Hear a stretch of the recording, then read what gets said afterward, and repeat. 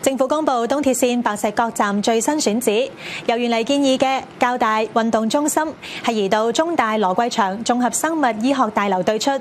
並將以先建站後建樓嘅模式推展。預計項目喺2028年下半年動工，2033年或之前通車。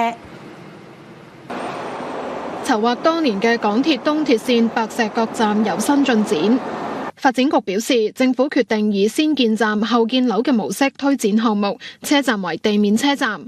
選址位於科學園同現有較大運動中心嘅中間位置，全長250米，闊25米，採用自然通風設計，月台唔設冷氣。發展局話，白石角地區現時有大約24000名居住人口，連同鄰近嘅科學園大約2萬名工作人口。車站投入服務後，當區人士往返九龍同港島區嘅出行時間可以節省大約20分鐘。車站建造工程預期2028年下半年動工，並喺2033年或之前開通。此外，政府一併將向港鐵批出2幅用地嘅物業發展權，為項目融資。